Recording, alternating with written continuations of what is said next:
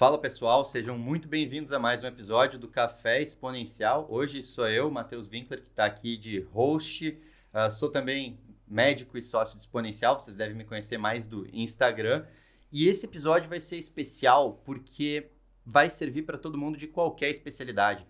Com certeza você já ouviu colegas falarem: na minha especialidade não dá para empreender, não querem pagar, não tem como. E a gente está aqui com o cara mais improvável dos improváveis que conseguiu empreender no consultório particular através de telemedicina, sem ter gastos com consultório, sem ter alguns gastos fixos, tendo uma margem muito alta, porque ele entendeu como se posicionar em um nicho específico, mesmo tendo uma especialidade que é a mais improvável de estar no consultório particular, que é a medicina de família e comunidade, e a gente vai abordar diversas dificuldades que ele teve no processo e esses aprendizados vão ser úteis para todo mundo.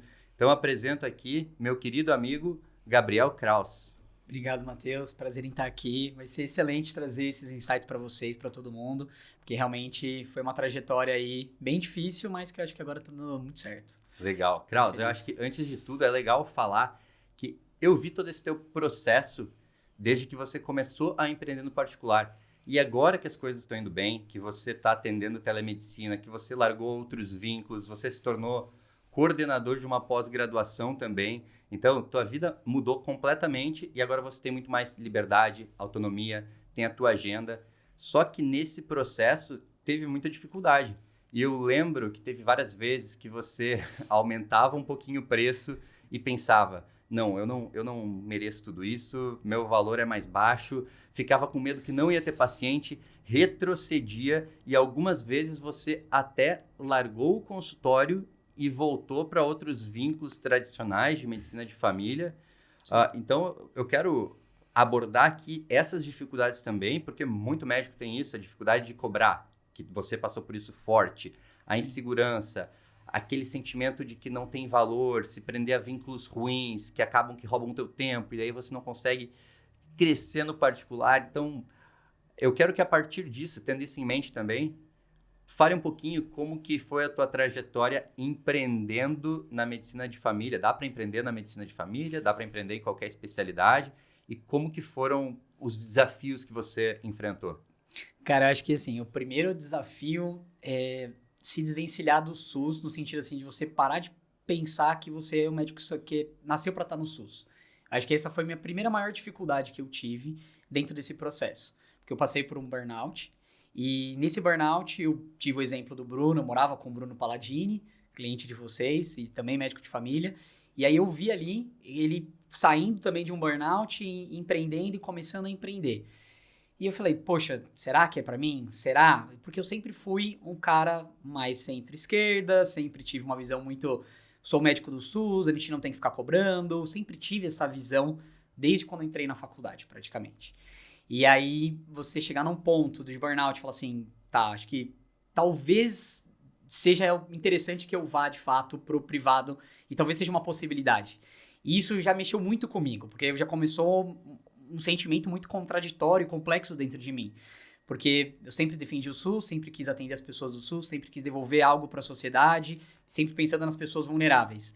E aí, virar essa chave para poder começar a cobrar e ir para o particular totalmente, foi uma das partes mais difíceis na minha trajetória. Eu acho que foi um dos pontos mais complexos que eu tive. Tanto que eu tive que ler alguns livros que o próprio Rubão indicou, você também indicou naquela época, de uma outra época, de um outro produto onde vocês estavam. E foi, acho que uma das partes mais difíceis, realmente, assim. A parte mais difícil de ter essa virada de chave. E essa virada de chave, na verdade, só aconteceu alguns meses atrás. Totalmente. Porque tem esse ponto de, se eu já nem era pra estar aqui, nem era pra estar no privado. Eu tô aqui no privado porque a minha outra opção, que era o SUS, não foi suficiente pra mim e tá me adoecendo.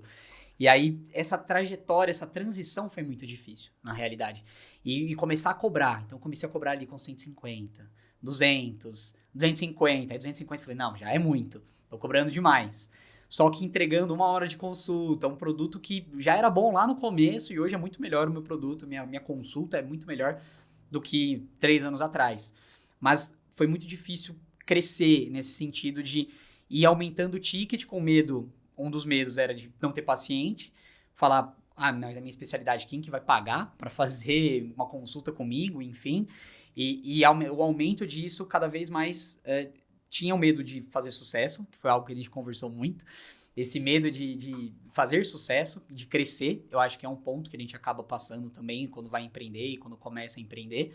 Ainda mais quando a gente já tem uma lógica de pensamento que não é para empreendimento, e sim para estar no SUS. Então, acho que esse é o principal ponto, assim, essa dificuldade sendo médico de família e essa contradição dentro de mim que acontece de vez em quando até. De, poxa, eu sou médico de família, por que eu não tô no SUS? Deveria estar no SUS? Não deveria? Mas eu tô ajudando pessoas aqui agora, eu tô conseguindo fazer o que me proponho de fato, e lá eu não tava conseguindo fazer. E eu tava adoecendo e não consegui resolver o problema das pessoas também. E eu acho que esse foi um dos principais desafios nessa trajetória desses 3 anos. Esse foi um dos principais, com certeza. Cara, tu falou algo que muito médico passa, e aqui tem uma definição de um modelo de negócio que não parava em pé. E, de forma geral, muito médico está se sentindo nesse modelo de negócio. Porque se você está num lugar onde você atende alto volume de pacientes, você não consegue aprofundar, ter uma consulta que você entrega de verdade para o paciente, você sente que cada paciente é só mais um. Então, da mesma forma que você não recebe proporcionalmente, não recebe bem por aquele atendimento, você não consegue entregar uma boa medicina, e aí começa a dar aquela estafa, porque você se pergunta, o que eu estou fazendo? Eu estou enxugando gelo? E aí a pessoa vai para o particular e entrega uma baita de uma consulta, um atendimento excelente, só que se ela não souber cobrar bem pelo serviço que ela entrega e não acreditar no valor que o serviço tem, esse próprio modelo de negócio, ele não vai parar em pé, porque consultório não é caridade. O teu trabalho, ele tem um valor. E aí tem uma coisa que eu vejo em muitos médicos, cara, que é crenças com o dinheiro. As pessoas têm dificuldade de cobrar.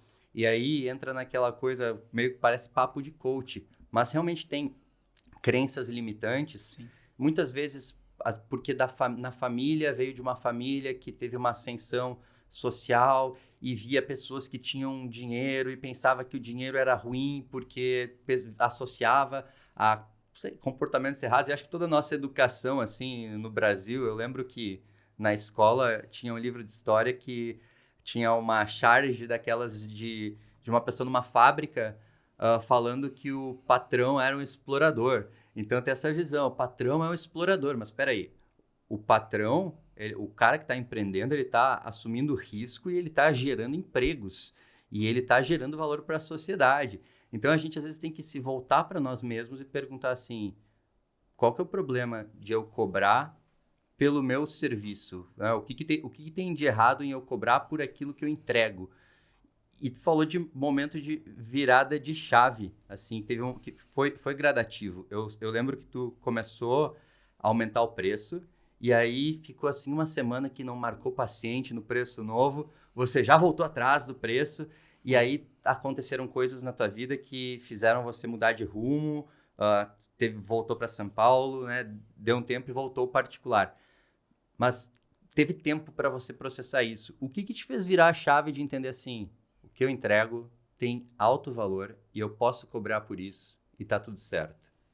Eu acho que a virada de chave foi entender... Eu fiz 3 mentorias já, né, praticamente. Cada ano do consultório foi uma mentoria diferente. Você estava presente em 2 dessas mentorias, praticamente. E hoje eu estou numa 3ª mentoria também. Eu acho que... De um cara que vale a pena ser nomeado. Vale a pena ser nomeado. Bruno Palladini, grande amigo nosso, um cara sensacional. E, enfim, e aí acho que a virada de chave foi entender que tudo bem vender e que eu não tô explorando. Eu acho que esse é o principal ponto. Muitos médicos sentem, eu já conversei com outros médicos que vieram até conversar comigo, é muito engraçado isso, porque antes eu não conseguia vender plano de acompanhamento. Hoje as pessoas vêm me perguntar como é que eu vendo plano de acompanhamento e vieram me perguntar esses dias, eu ajudei pessoas a vender plano de acompanhamento agora. E eu acho que essa virada foi nesse sentido, de entender que eu tô vendendo saúde, eu tô vendendo algo que importa pra pessoa, que vai auxiliar a pessoa.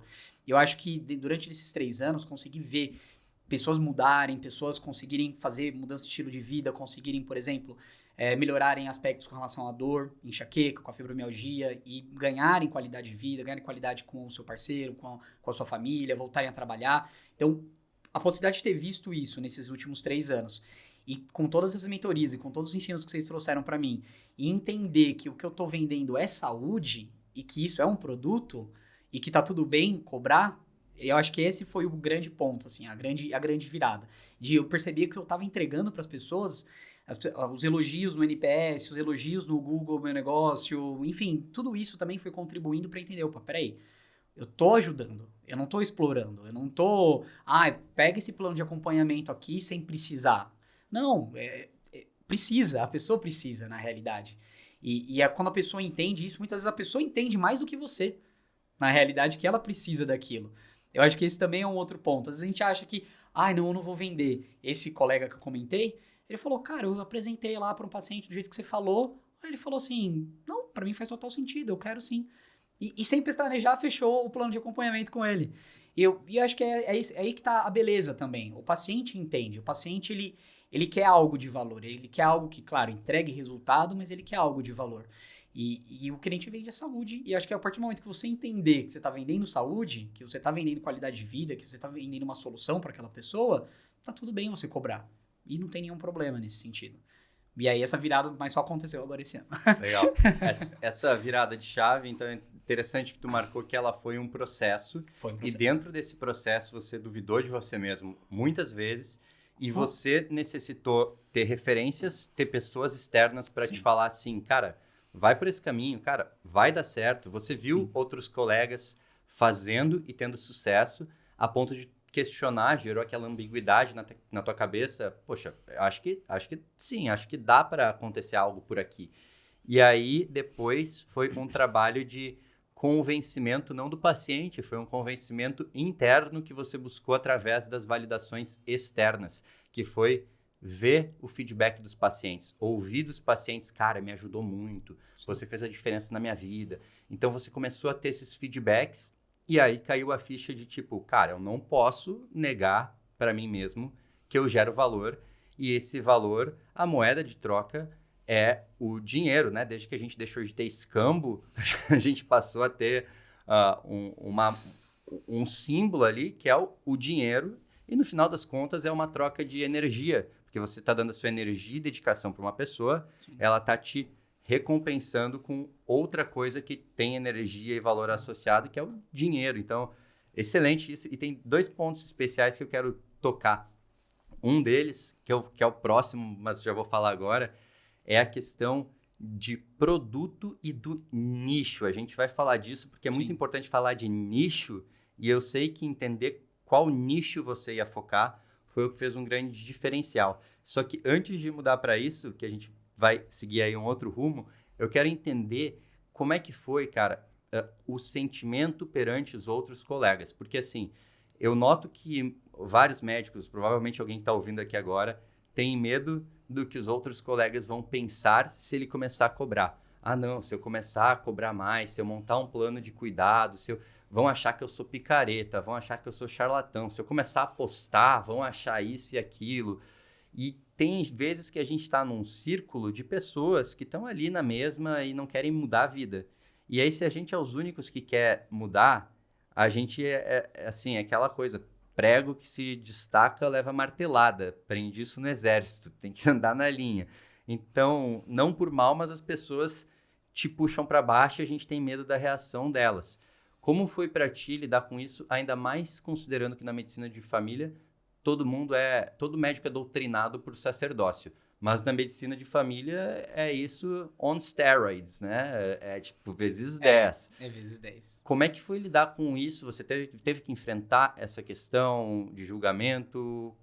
Não tive por conta que eu acho que me cerquei de pessoas que eu queria me tornar parecido. Eu acho que essa é a grande questão também. Eu acho que você pagar, por exemplo, para estar numa mentoria, não é somente o aprendizado do ensino. Faça Reels assim, sua bio tem que ser desse jeito, enfim. Tem esse ponto que é super importante, pré-consulta, pós-consulta, enfim, tudo isso é importante.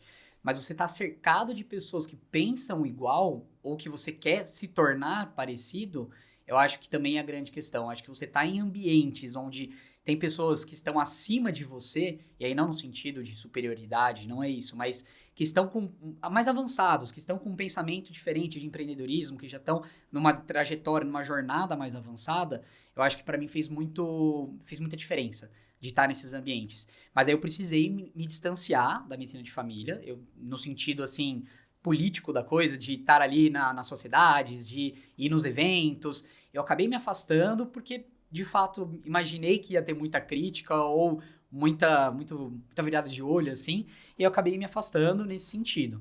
Então, não sofri com isso. No máximo que sofri ali foi um bullyingzinho dos amigos por conta dos vídeos, mas só também. É só essa parte. Mas aí também eu tô nem aí, eu não ligo porque as pessoas pensam nesse sentido. Amigo tem que fazer um pouco de bullying, Tem que ter. Essa parte não tem como fugir.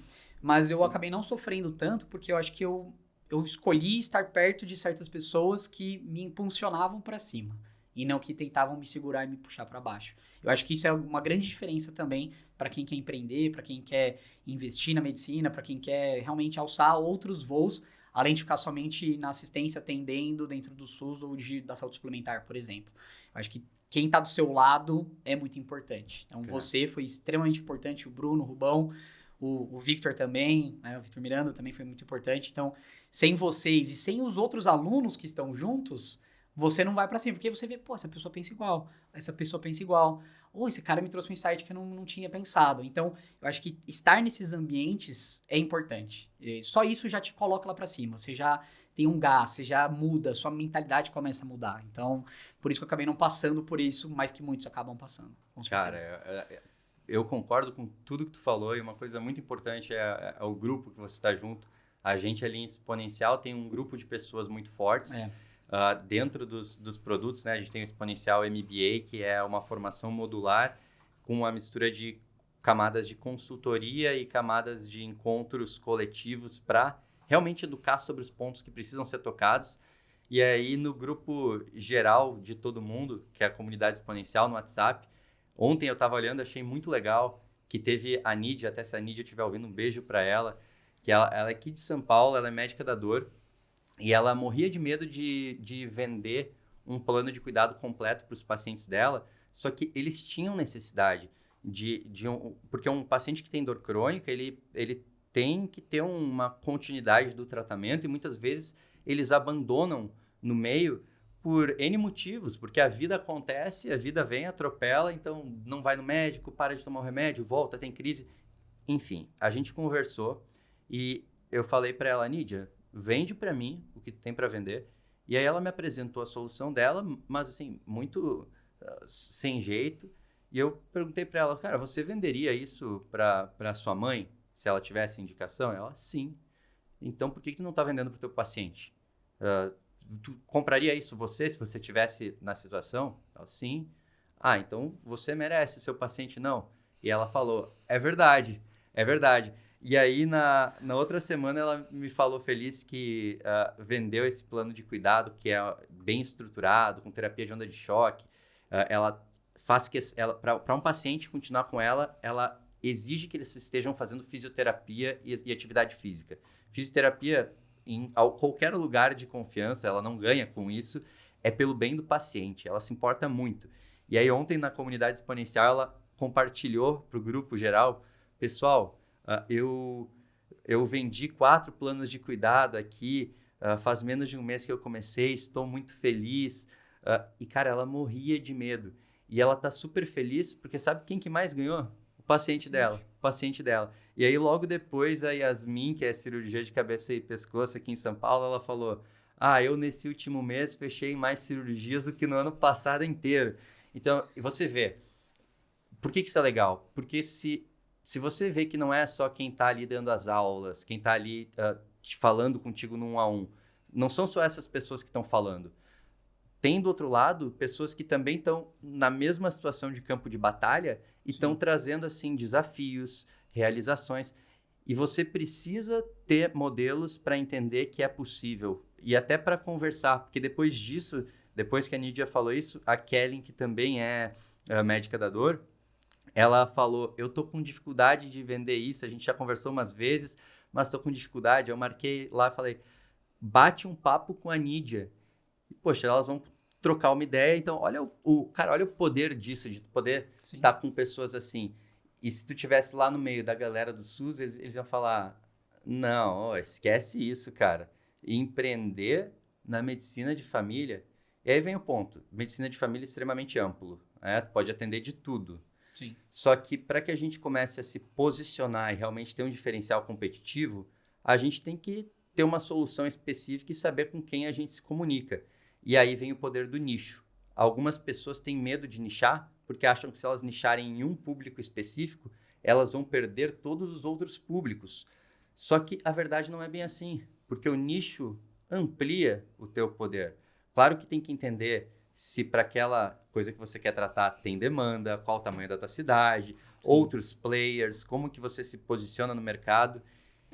E aí eu sei que tu teve um trabalho de se posicionando e entendendo um nicho. Então, antes, queria que tu falasse qual a importância do nicho, como isso fez diferença para ti e qual que é o nicho que você decidiu atender e por quê. Eu acho que essa questão do nicho, ela se torna muito importante, e aí eu entendi aprendendo com vocês, obviamente, que você tenta vender para todo mundo, você não vai vender para ninguém. Então, assim, um médico de família no Instagram vai falar de gripe, vai falar de sarampo, vai falar de demência, vai falar de saúde da mulher. Quem que vai se identificar com você? Quem que vai comprar de você? Quem que vai tentar uma solução com você? É muito difícil, então realmente não faz muito sentido para o médico de família tentar vender. Claro, você pode, tá? Pode, não tem problema, mas vai ser difícil. Esse é o ponto. Não é obrigatório nichar tanto, mas se você não nichar, vai ser um pouco mais complexo de fazer o crescimento, de trazer a percepção da necessidade do médico de família.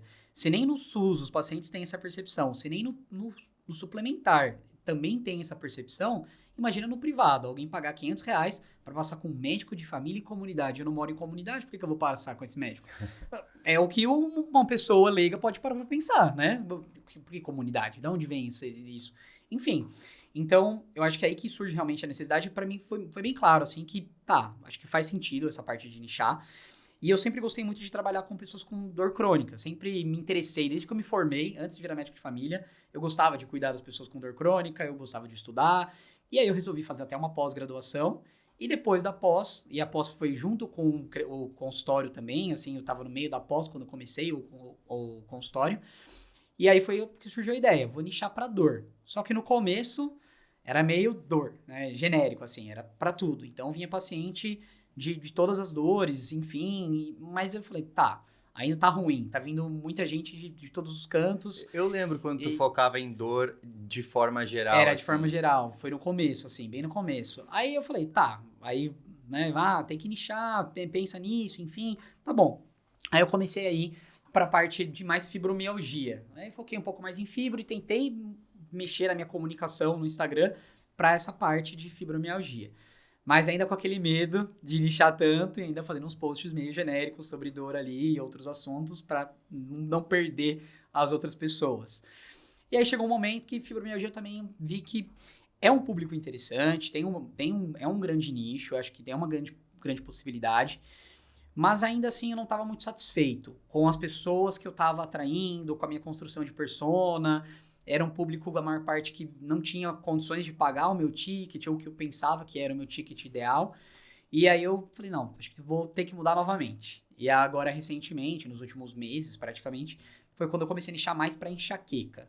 Então, hoje, meu principal nicho é enxaqueca, são mulheres com enxaqueca, minha persona tá mais desenhada nesse sentido, mas tem uma segunda persona com fibromialgia, e uma terceira ali, que na verdade é o pessoal da cannabis, né, com relação à medicina canabinoide. Porque como eu prescrevo, aí eu atendo uma mulher que tem enxaqueca, e é um bom atendimento, é um bom produto, ela acaba me indicando às vezes pro tio que tem ansiedade, que é usar cannabis para o seu tratamento da ansiedade. Então hoje o meu público ele é bem enxaqueca, dor crônica, e pessoas que querem utilizar canabinoides para tratar diversas condições. Então eu tenho esses dois, mas a minha identidade visual no Instagram, site, afins, minha comunicação é muito mais focada realmente para enxaqueca atualmente. Entendi. É bem mais focado nesse sentido. Interessante que para quem olhar e escutar esse recorte, a pessoa pode achar que foi tudo meticulosamente calculado desde o dia 1, né? Porque durante esse processo, observa que você fez a formação em medicina de família e comunidade, você buscou aprender sobre o consultório. E, cara, o valor de você pagar por educação, pagar para acelerar caminho, para ter acesso a pessoas que estão fazendo tanto soft skills quanto hard skills. Na medicina, a gente não aprende algumas hard skills relacionadas a empreender, a treinar um time, a treinar uma secretária, a ver a jornada inteira do paciente. E aí você pegou outras hard skills que você precisava para entregar algo de valor para o teu público-alvo. Você foi fazer pós em dor. Então, todas as coisas foram calculadas para que você pudesse acelerar o teu caminho para ter ferramentas para acessar essas pessoas e poder gerar algo diferente.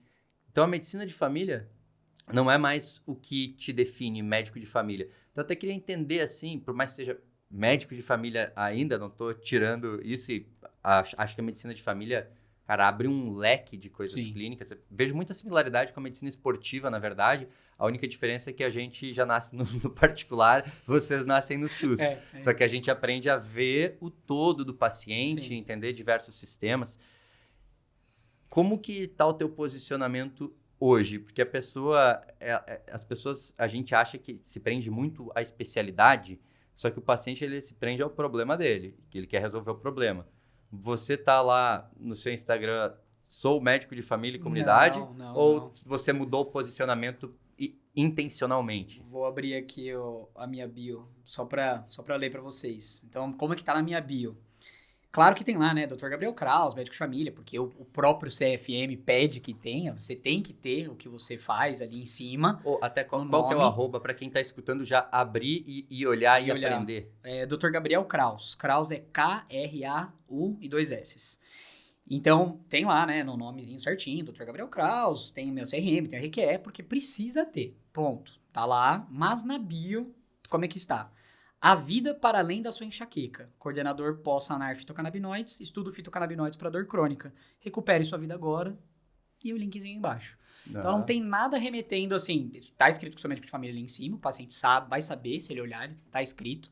Mas na minha bio eu tento trazer o quê? A solução para o paciente. Ponto. A pessoa tem um problema, que é a enxaqueca, que impacta diretamente a vida dela, nos aspectos laborais, de trabalho, nos aspectos com a família, com o marido, com as crianças que ela tem, com a casa, e é isso que eu trago para ela, essa solução. Dentro da consulta, aí eu uso as minhas ferramentas de médico de família dentro da consulta. Então, eu faço mudança de estilo de vida, auxilio no sono, auxilio na alimentação, auxilio na questão de movimento e atividade física, estresse, ansiedade, depressão. E se tem uma hipertensão, eu sou médico de família. Por que eu não posso ajudar a paciente que tem enxaqueca e hipertensão? Eu falo, não, deixa que eu assumo esse cuidado. Então, o que eu tenho feito hoje eu atraio a pessoa com enxaqueca, atraio a pessoa com dor crônica ou quer fazer um tratamento com fitocannabinoides e eu converto ela para eu me tornar o médico de família dela e o coordenador do cuidado. Alguns pacientes eu consegui, outros, já tinha outros médicos que cuidavam delas já há muito tempo, então ainda tem aquela questão de vínculo, mas muitos eu consigo hoje cuidar, não somente da dor. Eu cuido de outros aspectos da vida dessa pessoa e aí por isso que faz mais sentido ainda o plano de acompanhamento para ela. Legal, legal. Você é um médico para chamar de seu. Isso. Né? A pessoa passa a ter confiança. É interessante, eu gosto da ideia de venda o que a pessoa quer e entregue o que ela precisa. E aí tem quem pode julgar isso mal, mas é interpretando rasamente. Porque vendo o que a pessoa quer, entregue o que ela precisa. A gente tem que entender que o paciente, de certa forma, é como uma criança. E me entenda bem, a criança ela não tem noção do mundo por completo. Ela não tem noção do todo. Então ela quer uma coisa, mas ela precisa de outra. Ela quer comer chocolate, mas não é o que ela precisa. Então, a mãe tem que barganhar ali com a criança. E com o paciente também acontece isso porque existe uma assimetria de conhecimento entre médico e paciente. Sim. E aí, muitas vezes, o paciente ele vem para você porque ele quer o medicamento X. Só que o que ele precisa é uma mudança em várias coisas da vida dele. E aí você, não, beleza, eu te entendi, você quer o medicamento para essa enxaqueca. Vamos lá, esse medicamento específico, ele não é o ideal. Por quê? Por XYZ. A gente tem essas outras opções. Paralelamente a isso, tem coisas que são muito importantes para ti. E aí você traz todas as suas ferramentas para auxiliar o paciente. E é isso que muita gente não entende e a pessoa acha que ela tem que, se ela se desvincular do rótulo, ela vai deixar de ser. Mas, na verdade, se você canalizar em um público, entender o que as pessoas querem, você consegue dar tudo aquilo que você tem, que elas precisam. Sim. E aí você consegue exercer ao máximo a tua medicina. E olhando aqui teu Instagram, eu abri aqui agora, já vi que fora isso, cara, tem alguns fixados, né? Enxaqueca 360, pacientes... enxaqueca 360, né? Vai ser um produto aí futuro que a gente tá planejando. Spoiler. Ó, pacientes, prova social, e aí enxaqueca, nos destaques. Aí os posts fixados consulta online para dor crônica, interrogação. Principais sintomas da enxaqueca, escrito grande. Medicamentos, escrito grande, pequenininho. E a base de fitocannabinoides. Então, veja bem, cada um dos posts fixados que você colocou aqui, ele foi meticulosamente calculado, só que foi através de um processo de acerto e erros. Foi. As pessoas querem, às vezes, eu não sei como que eu faço, que eu coloco a minha bio. Eu sei que a tua bio não era assim desde o início. Nossa, essa é a quinta bio já, eu acho. Então, você identificou uma proposta única de valor que gere conexão com o teu público. A vida além da enxaqueca. Então, quem tem enxaqueca sabe o quanto isso suga da sua vida, da vida laboral, dos relacionamentos. É péssimo ter crises. A pessoa já vê e bate o olho num post que está escrito enxaqueca gigante. Do lado já tem um consulta online. Então, a gente quer que as pessoas façam esforço para entender o que a gente faz. Se eu tiver que pegar o Instagram de alguém e rolar o feed para baixo para entender o que a pessoa faz, para entender que ela pode me ajudar, a pessoa vai ficar esperando até definhar, porque assim, a atenção é um recurso fugaz, assim, a atenção é um bem escasso. Então, se a gente capta a atenção de alguém, a gente já tem que mostrar rápido por que vale a pena você continuar aqui. E para quem não é o teu cliente, a pessoa pode sair, mas a pessoa que ela tem que ficar. E até pensando em lógica de mídia social, de algoritmo, o algoritmo entende isso. E ele entende que as pessoas que ficam no seu perfil, que passam mais tempo ali, que interagem com os seus posts que você patrocina, ele vai entendendo que são pessoas que têm um conjunto de interesses que são correlatos àquelas pessoas que têm uma dor crônica, que têm a enxaqueca. E aí você passa a aparecer mais para essas pessoas, mas não é de um dia para o outro. É um processo de construção. E eu lembro que nesse processo de construção, no final do ano passado, você falar, tava faturando, dá para falar números aqui, assim? Pode. Você falou assim, cara, eu tava faturando 8 mil no particular, daí depois, cara, tu tava super descrente, tava com outros vínculos, daí depois tu falou, tô faturando 10. E aí tu disse, minha meta para final de 2020 final de 2025, minha meta para o final é 20. Aí chega início do ano, março, abril, sei lá, você me fala assim, bati minha meta do final do ano. Aí a gente conversou e tu tinha outros vínculos que te roubavam muito tempo e tu tinha insegurança de largar. E eu lembro que a gente trocou várias ideias, eu troquei ideia contigo, o Paladini trocou ideia contigo, o Rubão, todo mundo foi falando contigo. E aí você falou, vou botar um dia D. E o dia D era lá em junho. Passou um mês antes de chegar a junho, me mandou uma mensagem. Abandonei meu outro vínculo. Foi em abril. E, cara, meu último vínculo. O ponto é esse, que aí você segue crescendo, eu sei que a coisa segue evoluindo e vai seguir evoluindo. Mas você duvidou em vários momentos e você ultrapassou até o ponto que você achou que ia chegar nesse momento. E, cara, é só o começo da caminhada. Eu sei que você tem muito bem os pés no chão, humildade, sabe disso, sabe que tem... ainda não chegou no sucesso. Eu acho que o sucesso é você continuar sendo fiel àquilo que você acredita, ser consistente e tá muito nessa caminhada. Que eu lembro que tu morria de ansiedade, cara. Tu estava sempre preocupado. Agora eu olho um Kraus que tem uma segurança no olhar. Sim. E para muitas especialidades, principalmente com doenças que têm um caráter de ser crônicas e que os pacientes, às vezes, não têm uma boa recorrência ou adesão, para essas especialidades, eu vejo que cabe muito essa lógica de plano de acompanhamento. Apesar de que eu tenho uma crítica que muita gente está falando disso agora, e aí tem médico que acha que é para todo mundo, e a pessoa fica sofrendo, nossa, eu não tenho um plano. Cara, uma geriatra me falou isso esses dias, e eu perguntei, tá, mas qual que é a tua taxa de recorrência? E ela respondeu 80%. Não precisa. Então, por que você vai fazer um plano de acompanhamento? Se todos os teus pacientes já retornam, tipo, 80% deles voltam. Não tem menor necessidade. Não tem... Os outros 20 é porque faleceram, é isso. É, exatamente, cara. É tipo assim, tá, é que dá mais previsibilidade de receita. Ok, mas tem que entender que vai ter um atrito da venda, o paciente dela já volta e tal. Mas para você fez sentido. E aí, essa questão do plano de acompanhamento, eu lembro até eu lembro de ouvir teu pitch algumas vezes, tu já tinha um pitch bom, a gente fez alguns ajustes, ficou melhor ainda, agora deve estar ainda melhor, e agora, por causa dos pacientes em plano, você tem uma previsibilidade de receita, você sabe que pelo menos um mínimo vai entrar. Com quantos pacientes você está em um plano de acompanhamento agora e quantos que estava mais ou menos ali no final do ano passado, quando a gente conversou e tu estava ajustando o pitch? Final do ano passado, acho que era algo em torno, não passava de 30, assim. Era um pouco menos que 30, era uns 27, 28. Hoje, desde janeiro até agora, somando tudo, eu tô com 82 pacientes, 83, mas na verdade, no plano de acompanhamento.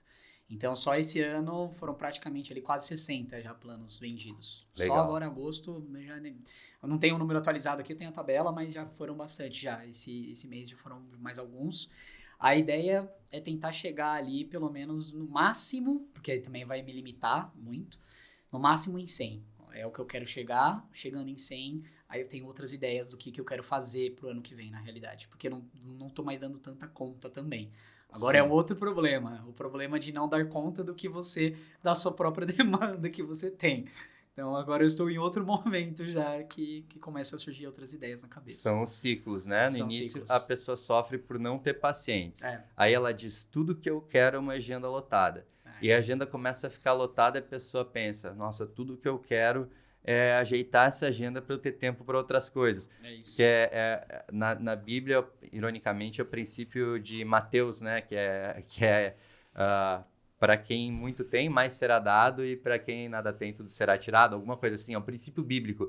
Mas é interessante que, realmente, conforme você começa a se expor mais, a crescer, a ter mais oportunidades, mais pessoas vão te vendo, você vai atingindo um público maior. Sim. E outras oportunidades vão saltando no teu colo. E aí tem que ter muito cuidado, porque quando começa a surgir muita oportunidade, antes a gente vinha de uma situação de não ter tantas oportunidades assim, nossa tendência inicial é dizer sim para tudo. Só que tem algumas oportunidades que elas são tentadoras, porque no curto prazo parece legal e eu estou com esse tempo livre, só que essas oportunidades, elas têm um custo. Qual o custo? É o custo da oportunidade. Sim. E aí você, às vezes, segura um tempo teu que você poderia fazer outra coisa que seria ainda mais rentável para ti. Sim. E às vezes essa outra coisa não precisa nem ser mais rentável para ti. Chega um ponto, cara, que a gente tem clientes nossos que tudo que eles querem é tempo. Ele quer tempo para quê? Para poder gerenciar o consultório, para poder chegar em casa mais cedo, para poder jantar com a família, para poder almoçar em casa às vezes, para ter finais de semana. E aí o trabalho que a gente faz muitas vezes é de entender aonde o tempo está mal alocado e quais são essas oportunidades que custam caro, e a gente consegue ir contrabalanceando, equilibrando para que a pessoa mantenha o faturamento, tendo muito mais liberdade de tempo. E para ti, uma das coisas que você fez assim nesse sentido também foi subir o ticket. Então eu sei que fora aumentar, fora quase mais que duplicar, quase triplicar teu número de pacientes em plano de acompanhamento, você fez um aumento substancial do ticket. Em quanto por cento mais ou menos aumentou o teu preço de consulta? Vou falar de número, porque porcentagem eu sou ruim. Tá. Fazer essa conta não vai rolar, por isso que eu sou médico de família. Foi de 350 para 500. Legal. 350 para 500. Então, a gente saiu lá de trás, 150, 250. Aí eu fiz um aumento mais rápido no começo, fui para 500. Aí foi o que aconteceu eu fiquei com medo, vou voltar. Não tá vindo tanto paciente, vou voltar. Aí voltei, aí deixei ali em 250, 350 e fiquei nessa disputa interna de quanto que era. E aí, realmente, a partir desse ano, a partir de janeiro, foi a virada, falando, vou cobrar 500, agora R$ 500. E aí o plano de acompanhamento, tem pacientes no plano de acompanhamento no passado, tem alguns que estão, muitos desse ano, então ainda tem valores muito, o ticket médio dos planos de acompanhamento é muito variável. Até porque eu também faço hoje personalizado para cada paciente, eu não tenho mais um plano de acompanhamento específico, eu faço variado para cada paciente e para o grau de complexidade de cada um. Então tem paciente que eu falo que é 4 consultas no ano, tem paciente que vai ser 6, tem paciente que são 8. Cara, isso é muito importante, porque as pessoas às vezes falam, eu não sei como vender um plano de acompanhamento, porque aí eu vou vender algo que o paciente não precisa. Jamais. Você tem que entender qual é a necessidade do paciente e fazer justamente isso. Eu posso ter planos de acompanhamento distintos para necessidades distintas. Sim. Porque o grande objetivo do plano, claro que como consequência vai te trazer mais recorrência e previsibilidade de receita. Só que o objetivo para que você venda isso com dignidade, com ética, é que aquilo seja a opção que mais entrega valor para o paciente. É porque você está fazendo o melhor para que ele tenha um bom tratamento. E acho que quando você tem essa convicção, fica muito mais leve vender. Eu tenho pacientes em plano e eu não tenho nenhum plano de acompanhamento montado. É basicamente assim, eu converso com o paciente, eu vejo as necessidades dele. Tem um paciente meu que ele tem uma meia maratona em Florianópolis, ele teve uma lesão, ele veio, passou comigo, eu falei, cara, a gente tem que fazer isso para ter essa recuperação da lesão, vamos tirar o impacto e fazer outros tipos de atividades, você vai começar a fisio assim, assim, assado, aí vamos se ver em tanto tempo, depois a gente vai fazer teu teste cardiopulmonar, com base nisso eu vou enviar para o teu treinador, para que ajuste as zonas do teu treinamento, que tu está treinando muito pesado, aí depois a gente vai ajustar toda a questão nutricional, ver como tu está respondendo, vou querer conversar com a tua nutricionista também, e antes da prova você vai retornar para a gente fazer todo esse planejamento de prova. E aí eu expliquei para ele, botei a data da prova numa folha de papel, risquei uma linha do tempo e falei como ia ser, quantas consultas e não tem desconto, não tem nada. Eu expliquei para ele, cara, eu prefiro a gente já combinar isso, porque aí você já sai daqui com tudo marcado e com o compromisso de fazer. Porque senão, mês a mês, você vai ter que decidir se você volta ou não. E ele não volta todo mês, assim, voltou o primeiro mês, depois deu 45 dias, mês passado, assim. Porque é baseado na necessidade dele. E eu expliquei que ele decidindo em antecipação, tinha mais chance de não acontecer alguma coisa que ia tirar ele de rota, e assim o canal ficava aberto entre nós, e a gente conversa semanalmente, ele me fala como tá e tudo mais. Então, ele comprou tranquilamente e eu vendi muito tranquilamente, porque eu sabia que aquele plano, eu não tô te vendendo algo além do que você precisa. Eu quero que você faça a sua meia maratona, ele quer fazer num tempo muito bom, e para isso, cara, a gente tem que estar perto. E quando eu entendi isso e comecei a apresentar assim para o paciente, as coisas se tornaram muito mais leves, porque senão a gente acha que eu vou tirar o chapéu do médico, eu vou botar o chapéu do vendedor. Ei, você que está aí, quer comprar meu plano de acompanhamento? Cara, não funciona assim. A função é o chapéu do médico e muito médico vê a venda como um ápice na consulta, é o clímax. Sim. Só que vender não pode ser o clímax da consulta. Até quando o paciente pergunta para mim valores, eu falo, cara, a gente já entra nesse detalhe de valores e se isso for uma limitação, depois a gente conversa, pode negociar com a secretária formas de pagamento. Só que o mais importante que eu quero focar aqui e te explicar é o como isso vai ser importante para ti. E qual que é a diferença de seguir por esse caminho ou outros caminhos que você também pode seguir e você tem liberdade de escolha. Para mim, fazer dessa forma deixa muito leve, porque eu explico para o paciente, eu tangibilizo na cabeça dele o porquê de cada ponto e aí eu devolvo para ele a decisão. Porque o processo de venda é basicamente uma ponte entre a minha cabeça e a cabeça do paciente, uma ponte feita de um material que é confiança. Sim. E através dessa ponte eu passo para a cabeça dele informações que eu tenho e ele não tem, e agora ele pode tomar uma decisão informada. E como isso deixa leve o processo? Muito mais, muito mais. Então, assim, isso também foi a virada de chave, de vender de um outro jeito, de não ter nada muito travado, são 6 consultas, assim, assado, né? Não, você deixa... E é isso, é tangibilizar, é você... por que ele precisa do plano de acompanhamento? Porque muitos pacientes que deixam na recorrência não aparecem na consulta, não marcam consulta porque o cachorro morreu, não sei o que aconteceu, bateu o carro, não dá para pagar. Porque é isso, muitas pessoas acabam deixando a saúde de lado. Quando vem outros gastos, a saúde é uma das primeiras coisas que, depois eu marco. Até que eu tô bem, depois eu marco. E fica desse modo. Então, o plano de acompanhamento vem para substituir essa questão e além de você tangibilizar, de você, olha, então, uma próxima consulta eu vou falar sobre a sua parte alimentar, eu quero falar sobre sua atividade física, eu quero conversar sobre essa parte do seu estresse. Então, você dá essa programação para ele do cuidado acaba sendo um ponto muito importante e ele entende, ele fala, tá, não, é isso que eu preciso. E, claro, vai ter gente que vai falar, não quero. E tá tudo bem também. Porque vão ter pacientes que, às vezes, não entenderam que eles precisam daquilo. E em algum momento pode ser que eles voltem e falem, não, então, sabe aquele plano lá? Eu queria, vamos retomar? Esses dias mesmo, uma paciente que não assinou o plano de acompanhamento em março, voltou agora em agosto, falou, então, eu não fiz, né, o plano naquela época, não fiz as consultas recorrentes e não deu certo o tratamento, eu queria fazer o plano de acompanhamento com você. E agora ela fechou o plano de acompanhamento. Legal. Porque ela percebeu que ela precisava de ajuda, que ela precisa de ter pontos de contato, ela precisa ter o suporte que eu dou pelo WhatsApp. Ela percebeu, entendeu tudo aquilo, a duras custas, mas ela entendeu. E agora ela quis retomar e tudo bem, e eu tô aqui. Uhum. Quando quiserem, eu vou estar por aqui. Eu acho que esse é um outro ponto também. Acho que esse é outro ponto que as pessoas têm medo do plano de acompanhamento, é do não. Do não, e o verdade. Não vai acontecer. Ele vai, eu oferto para quase todos os meus pacientes. Eu não tenho uma taxa de adesão de 80% de plano de acompanhamento. Óbvio que não, de venda. Não tenho. Beira ali uns 50%, mas tá bom. Para mim tá ótimo já 50%, porque tem pessoas que vão falar não. Tem pessoas que às vezes não estão no estágio motivacional o suficiente para se comprometer desse modo. Porque o que a gente pede às vezes é um comprometimento. E se a pessoa não quer se comprometer naquele momento, ela não vai fechar. Porque é um compromisso. É um compromisso com ela e comigo. E com você, né? Quando você vende também.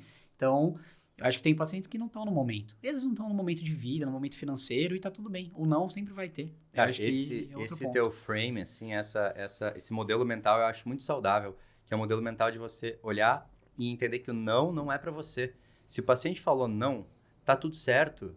Tá tudo certo. Isso não muda quem você é, não muda a tua qualidade enquanto médico. O paciente não quer o teu plano, fica em paz, seu João. Não precisa seguir no plano de acompanhamento. A gente pode fazer consultas isoladas e é isso, a próxima consulta é em tal data. E espero que o senhor consiga marcar e fazer direitinho. Fica em paz. Aqui, zero problema, tá? Fica bem tranquilo. Até porque assim tranquiliza essa coisa. Tá tudo certo a pessoa falar não. Às vezes é não porque ela pensa assim, nossa, esse plano de acompanhamento do Kraus, eu vou ter que mudar meu estilo de vida. E aí eu vou ter que também tratar minha dor. E, cara, eu posso melhorar. E às vezes melhorando, a pessoa deixa de ter um ganho secundário que ela tem, que é a atenção da família quando tem crises de dor. Eu não estou dizendo que as pessoas que têm dor usam... Sim. O que eu estou falando é, algumas pessoas têm ganhos secundários com doença. E isso é algo que a pessoa tem que, primeiro, tratar em si. E às vezes a pessoa trata isso em si para voltar e falar, eu mereço ficar bem, eu mereço me tratar. E tem uma passagem, tem um capítulo do livro do Jordan Peterson, que é o 12 Rules for Life, 12 regras para a vida, que eu não sei em português como que é a tradução exata, mas eu vou traduzir aqui. O capítulo fala, trate a você mesmo como você trata alguém que você ama. E ele fala o como a gente trata melhor o nosso gatinho, o nosso cachorro, do que a nós mesmos. Se o nosso cachorro fica doente, a gente leva ele para consulta, a gente segue tudo que o veterinário falou, assim, direitinho. Só que se é pra gente, a gente negligencia, a gente deixa para depois, a gente não retorna. Então, quando você trata de um outro alguém, ou até de um animal, de um pet, você trata muito melhor. Eu passei por isso agora com a minha pet, e gastei uma fortuna. E assim, eu tô postergando fazer meus exames de sangue e check-up 6 meses para mais. É muito mais barato do que tudo que você gastou com ela. É muito mais barato do que tudo que eu gastei com ela. E aí entra o ponto que, assim, especialidades como pediatria, geriatria, onde a pessoa que toma a decisão de compra normalmente não é o paciente, é a mãe do paciente ou são os filhos do paciente. Essas especialidades, elas tendem a ter taxas de recorrência muito maiores. Por quê? Porque justamente tem um agente externo que está observando aquela pessoa que ama e está tomando cuidado dela para que ela faça a melhor coisa para ela. Então, por isso que em algumas especialidades, eu vejo que não tem a necessidade de um plano de acompanhamento, porque o paciente não vai largar o acompanhamento, porque não é ele que está decidindo, tem alguém que ama ele e está decidindo por ele. Então, quando eu penso dessa ótica, o plano de acompanhamento nessas situações é meio que esse mecanismo protetivo. É que nem quando você vai jogar boliche e ergue a... Como é que você chama? Caneleta? Isso, caneleta? Canaleta. Ergue o negocinho assim pra bola não ir pra fora, pra balizar a bola ali daqui pra lá e tal. E eu vejo muito como isso, cara. No final das contas, é isso que está sendo oferecido. Sim. Dentro do meu pitch, eu acabo até falando para os pacientes. Eu falo, então, do boliche? Não, do boliche não. da questão da recorrência. Eu falo, olha, se você deixar na recorrência, a chance de você não fazer a consulta, de postergar, de vir depois só de 3, 4 meses, é maior. Se você tá dentro do plano, você tá mais comprometida, a gente vai ter os encontros já pré-estabelecidos, fica mais fácil para você o tratamento. E aí a pessoa entende isso muitas vezes.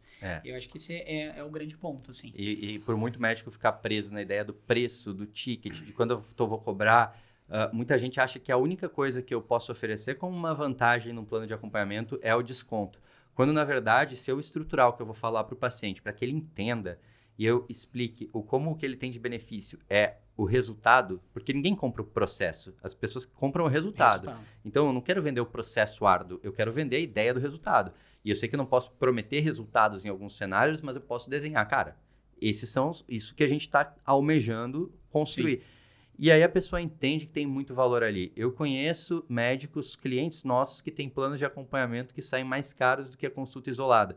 Mas por quê? Porque essas pessoas entenderam como agregar outras camadas de entrega dentro desse plano de cuidado. Sim. Coisas que às vezes o paciente que está fora do plano não tem. Desde às vezes um contato mais próximo no WhatsApp, pontos de checagem. Só que, cara, para algumas especialidades, tipo o exemplo da geriatria, essa geriatra que tem uma taxa de conversão de 80% de recorrência, perdão, ela tem contato com o WhatsApp com todos os pacientes, assim, sempre. E se ela fosse vender um plano com isso, é o que ela já oferece. Só que a questão ela só é uma geriatra tão boa porque ela dá isso para os pacientes. E é por isso que os pacientes voltam. Porque na especialidade dela, ela não pode simplesmente virar as costas para o paciente, porque ele pode complicar, ele pode internar, e a família está pagando uma consulta cara por isso, porque tem essa entrega de valor de volta. Sim. Então é a crítica, assim, aquela questão de tá todo mundo falando disso, então eu tenho que fazer. Não, pera, vamos analisar a tua situação. E Kraus, um último assunto assim, que eu queria puxar contigo, cara, que eu acho muito legal, é sobre a medicina, a telemedicina. Porque telemedicina é uma coisa com margem super alta, você não tem gastos com aluguel de consultório, te dá uma liberdade geográfica.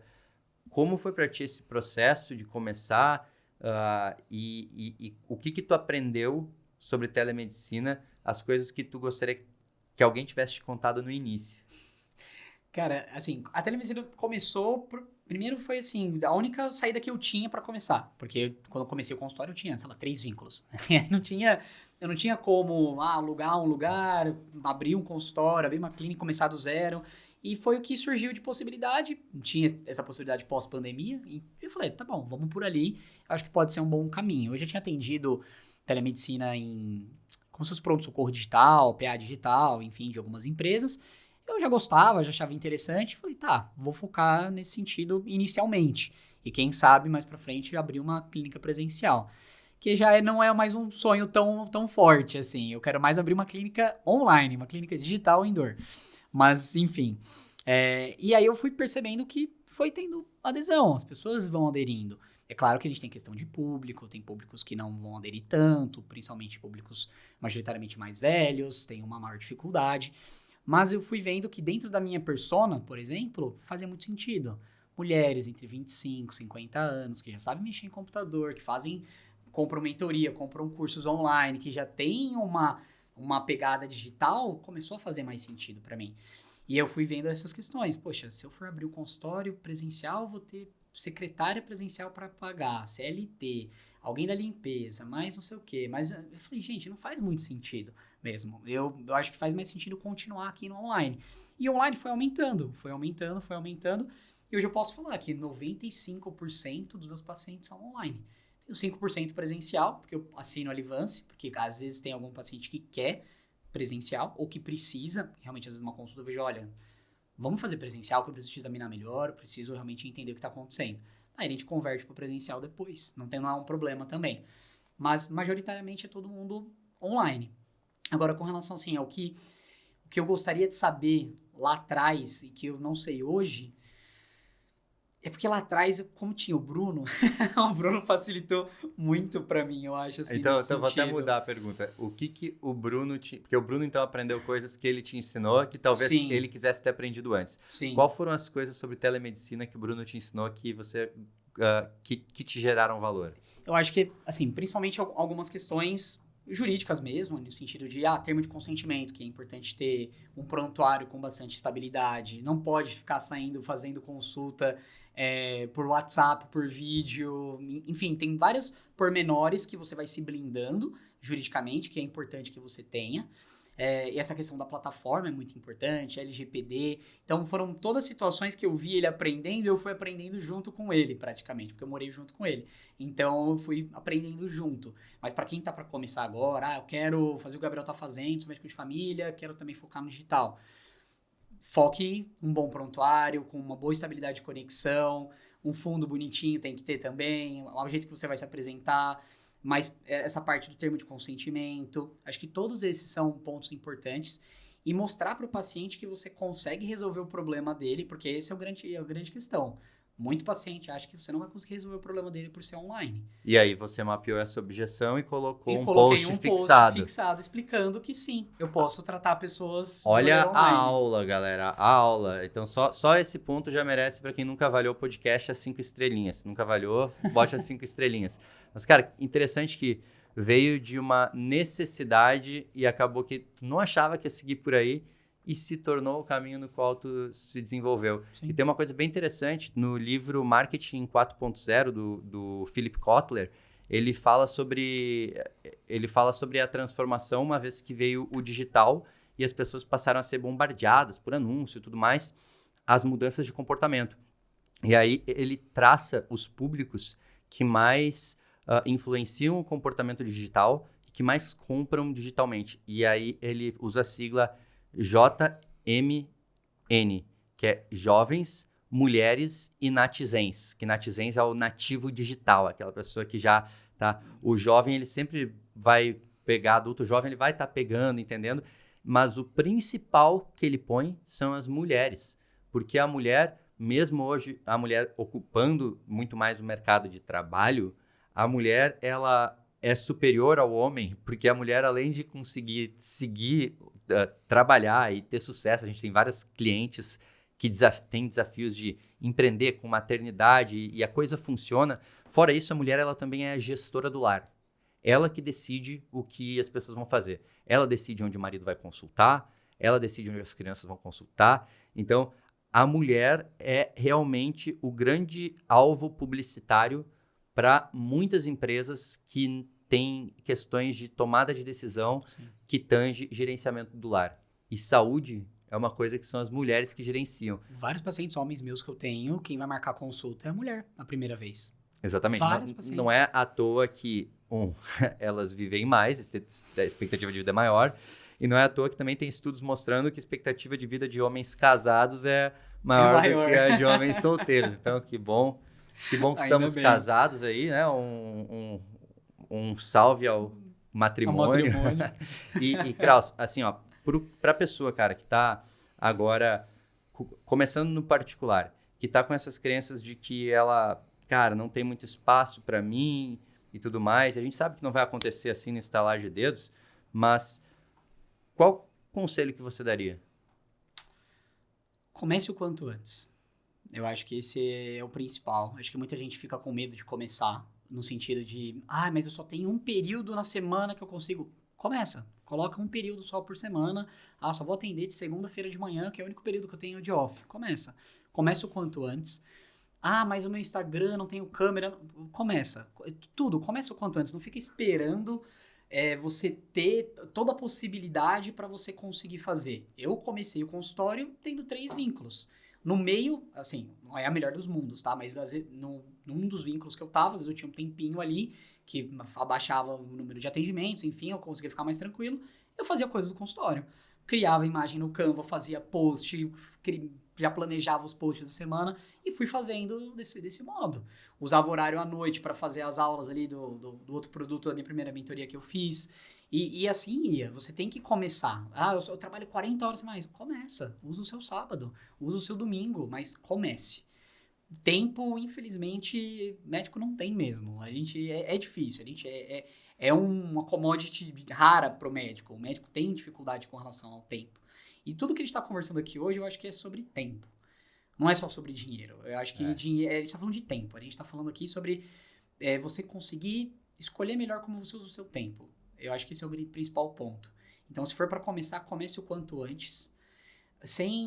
Faça uma mentoria. Também outra dica que eu dou, não me arrependo de ter feito 3 anos de mentoria, investi uma nota, tô numa 4ª mentoria agora de posicionamento digital e branding, que eu entrei também, e faça, porque encurta o seu tempo, encurta a sua trajetória. Se eu tivesse feito tudo sozinho, eu ainda provavelmente estava com 3 empregos e batendo a cabeça na parede porque não estava sabendo por que caminho seguir. Tinha desistido até por não ter referência. Já, porque quando você tem referência, quando você tem alguém para te ensinar, porque você passou por isso, o Rubão passou. O Rubão, a história dele é maravilhosa quando ele conta o começo ali.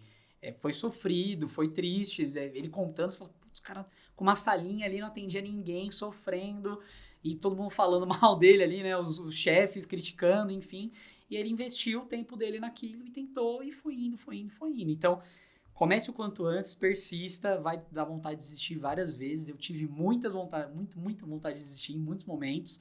Faz um bom tempo agora que isso não acontece. Não, desde o começo do ano, praticamente não tive mais essa vontade de desistir, de empreender. Pelo contrário, agora eu tô com mais vontade, mais gana de empreender. Então, acho que a persistência, começar o quanto antes e se blindar com pessoas que estão no mesmo estágio que você ou que querem crescer, eu acho que são as 3 principais dicas que eu dou para quem tá começando agora ou para quem não começou e quer começar. Uma mentoria, começar o quanto antes e insistir. Eu acho que são os 3 principais pontos. Cara, que aula. Eu acho que eu não poderia botar nada disso em melhores palavras, assim. Então, pessoal, para vocês aí que estão acompanhando, segue a Exponencial Med também no Instagram. Nos acompanha ali. Se você quer se tornar um aluno de um dos nossos programas, a gente tem o link na bio. O Kraus aqui tá batendo martelo, dizendo que vale a pena, que vale a pena. O crescimento é certo. E eles valem a pena, tá? O Matheus e o Rubão sabem muito mesmo, assim, quero aproveitar ainda, assim, agradecer, eu só tenho a agradecer, é capaz de eu me emocionar, não vou me emocionar, não vou chorar, mas mudou muito minha vida, vocês mudaram minha vida, eu só tenho a agradecer.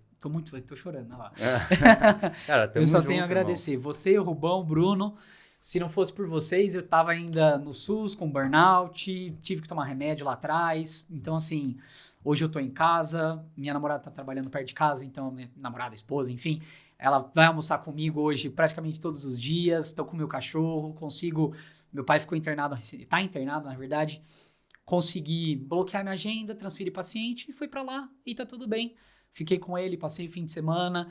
Então, acho que tudo que a gente tá falando aqui no fim, é qualidade de vida, é viver bem e aproveitar essa vida que a gente não sabe se é somente uma, então a gente tem que aproveitá-la o quanto antes. Cara, isso. Muito massa. Então, assim, façam mentoria com eles que a vida de vocês vai ajudar muito. E gratidão imensa por estar contigo nesse processo todo, porque deu para ver os altos e baixos. Foi. E, cara, é muito, muito legal ver a coisa indo bem. E é só o começo da caminhada. É isso. Então, a gente vai se dar um abraço agora e despedir da galera. Pessoal, muito obrigado. Pessoal. Reforçando aí as 5 estrelinhas. Se você nunca avaliou e esse episódio te gerou valor, 5 estrelas para esse podcast. E obrigado pela atenção de vocês.